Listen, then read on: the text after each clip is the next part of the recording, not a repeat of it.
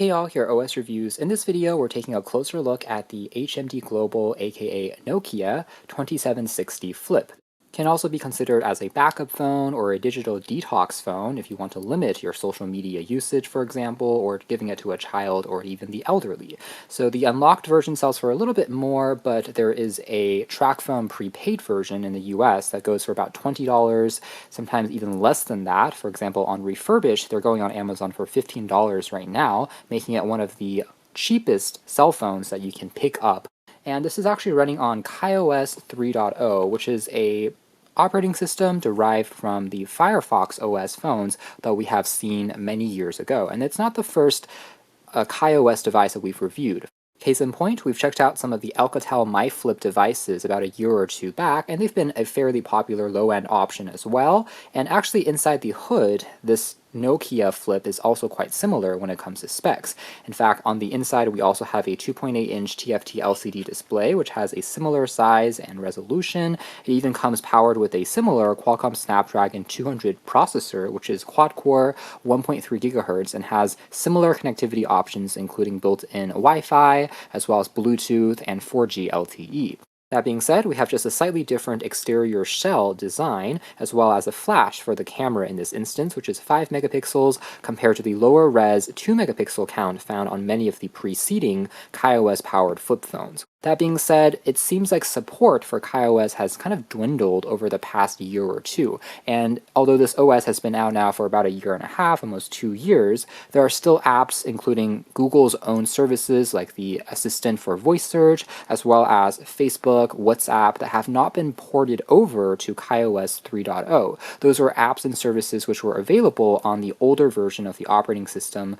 And that's a bit frustrating because it feels like one step forward, maybe 2 steps back in some ways, because the hardware of the Nokia Flip is definitely superior, and yet if you're relying on the Google Assistant for voice input when searching instead of using the keyboard, or you want to use WhatsApp, well, you're kind of out of luck.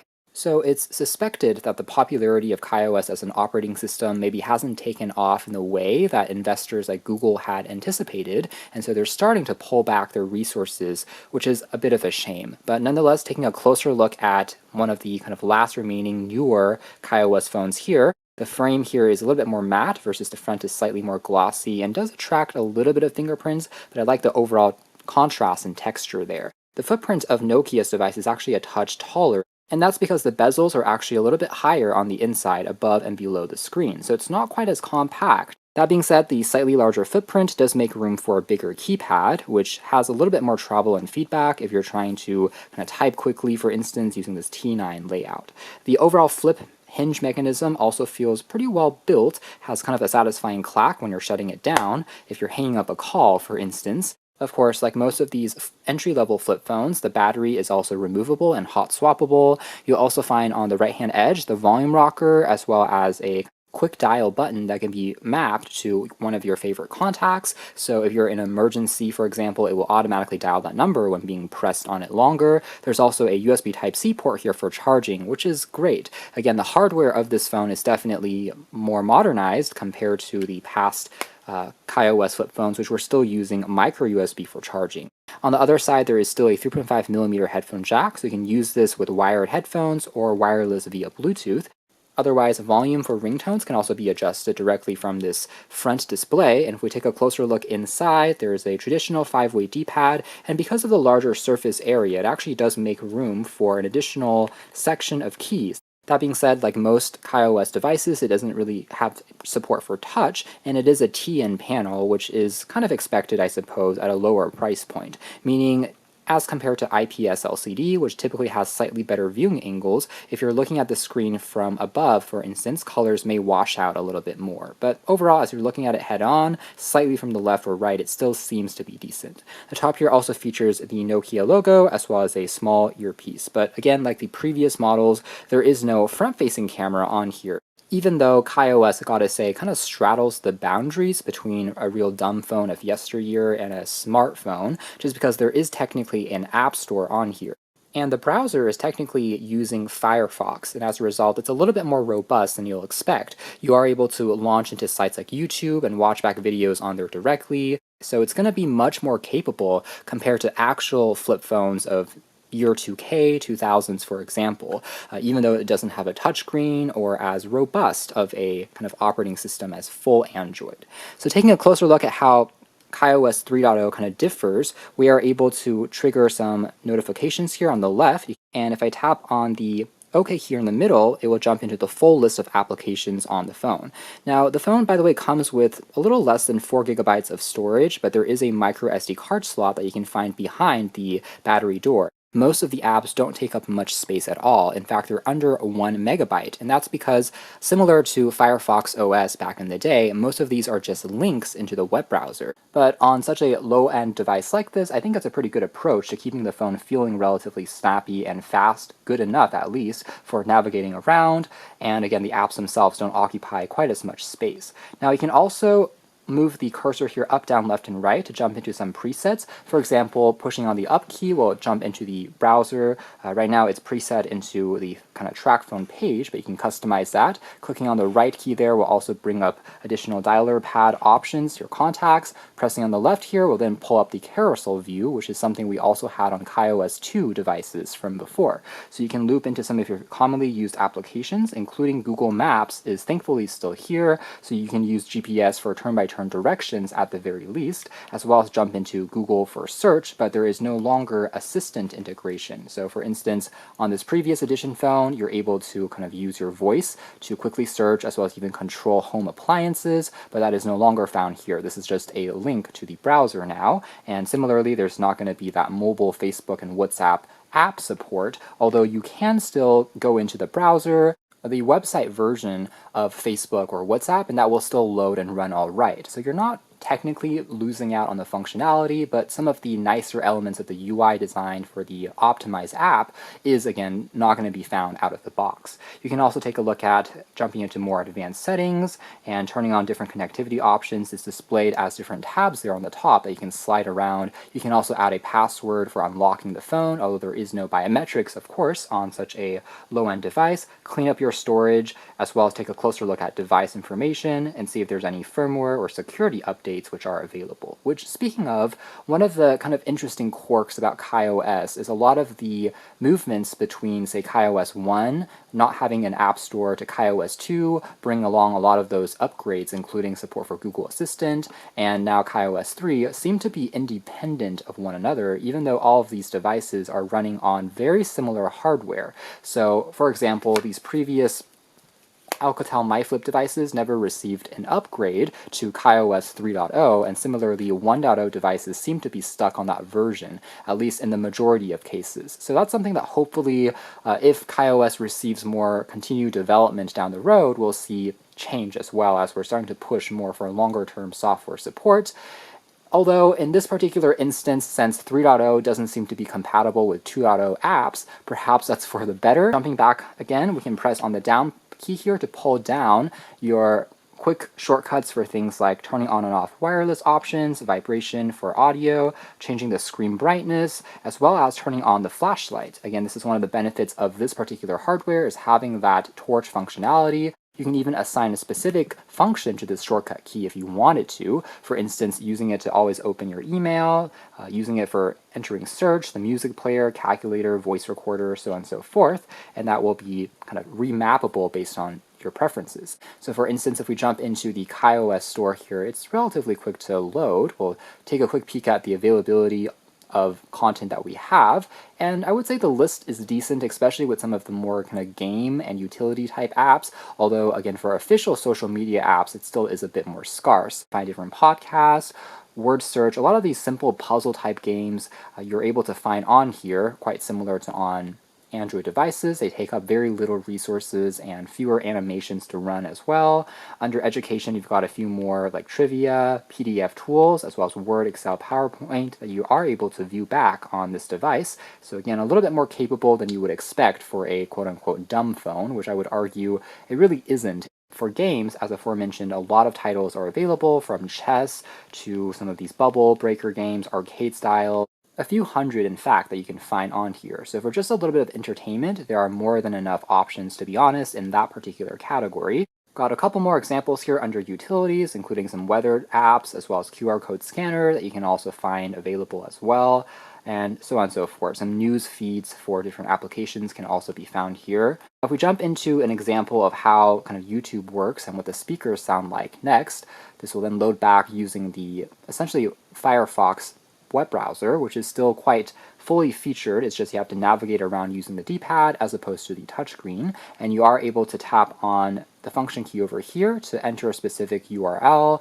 The browser does also have a few shortcut commands, including 1 and 3 acting as a zoom in and zoom out, as well as 2 and 5 for scrolling to the very top and the bottom of the page, based on your preferences. So if we do a quick example of that, we can tap on 1, and this will start to zoom out on this page. As you can tell there, it scales actually quite quickly. So overall working a little bit better than expected, and also scrolling all the way down to the bottom of the page, you can see by pressing 0 there, also seems to do its job. Clicking on a text box also allows you to type things in via the T9 keyboard. It has predictive text entries, and you can tell that it's predicted that I'm trying to tap in hello down below. So then you can press on that accordingly, as opposed to actually tapping the keys multiple times to switch into that particular letter, for example. And it tends to work quite well. That being said, it is a little bit of a shame that there is no longer voice input, which the integration with Google brought on KaiOS 2.0. We can also tap on the star key here in order to bring up additional emoji controls, and there are 5 pages of those, so it does offer a little bit more kind of fun versatility when you are typing or texting. Furthermore, you can assign a quick call contact onto any of the buttons down below just by long pressing for a few additional seconds. And now cranking up the volume.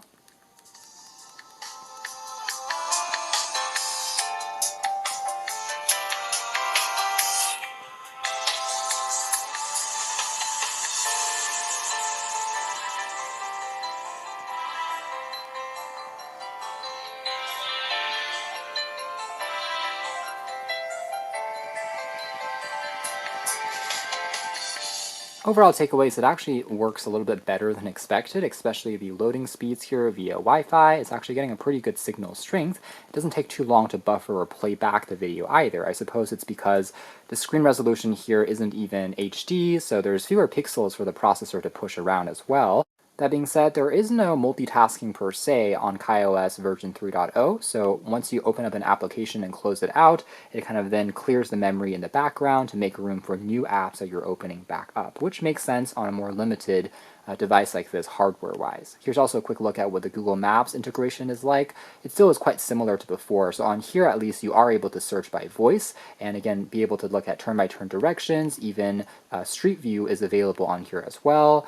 And as far as the camera is concerned, the UI is quite simple but does the job. You're able to also record video up to 480p, and in terms of options here, you can turn on and off the flash. The camera resolution has a high, standard, and low, self-timer, grid composition. It's nothing to necessarily write home about, but the slightly higher megapixel count does produce a bit sharper looking photos. Here's a few more examples, and good enough lighting, you can get some decent enough textures as well. Of course, making phone calls as well as texting doesn't really have any issues here. I would argue that the flip phone form factor also is quite well suited for making calls because the microphone is a little naturally closer to your mouth since the device is much longer in this particular mode. It feels quite ergonomic, no issues in this department. Similarly, again, reception quality was quite good with both Wi-Fi as well as 4G LTE cellular. Staying connected was generally not a problem, so it gets those essentials right. Here's also a quick look at some of the applications we installed from the App Store there earlier. A few of these are interestingly enough animated here on the main screen. It slightly moves around. The battery life is also quite decent, I'd say. If you are using it just for making calls and you aren't really playing around with the extras, it can actually last you for about 4 to 5 days, even a week of just standby without really having any issues. If you're touching the phone a lot more though, expect to charge it closer to about 1.5 to 2 days, which still is quite reasonable, I would say. You can also find some online radio stations as well.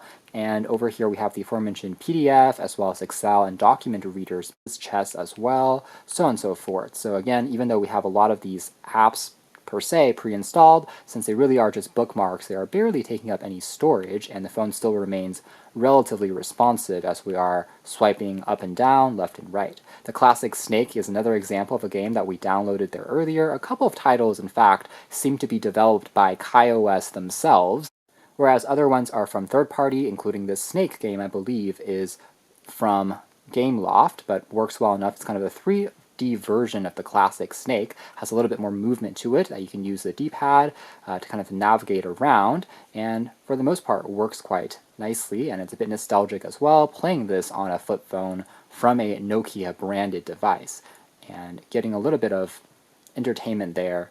One of the utility tools I found was also a VNC, which is essentially a remote desktop app. That's kind of ridiculous, but if you also have this running on your Windows computer, for example, you can have a remote view of your Windows desktop from this KaiOS flip phone. The screen, of course, will be tiny and not the highest res thing in the world, but you can technically maneuver around your desktop on the phone's D-pad. Windows on your flip phone, which is just so cool in a, again, very geeky way. And what's kind of crazy is someone even created a NES emulator app on here as well, where if you have ROMs of NES games, you can add them in here and use it like a retro gaming console.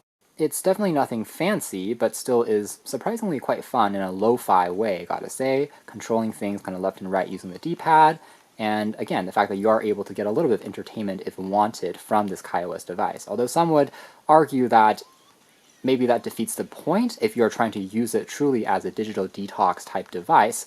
Nonetheless, from a functionality perspective, it is kind of impressive to see that you have so many of those options if you are trying to dive into them on a really low-cost phone like this. So that is more or less it as far as our quick hands-on review of the Nokia Flip. This is the 2760.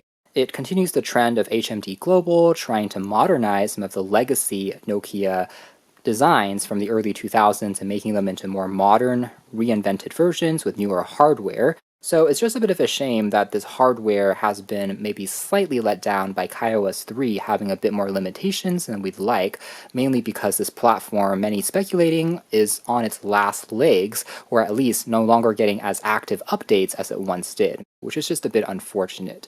That being said, if all you need is something really basic for, again, handling things like calls, you want a slightly more classy design from the aesthetic point of view, as well as you can mostly get by from using just the browser for most of your needs and accessing bookmarks, then I think this is still going to be worth taking a closer look.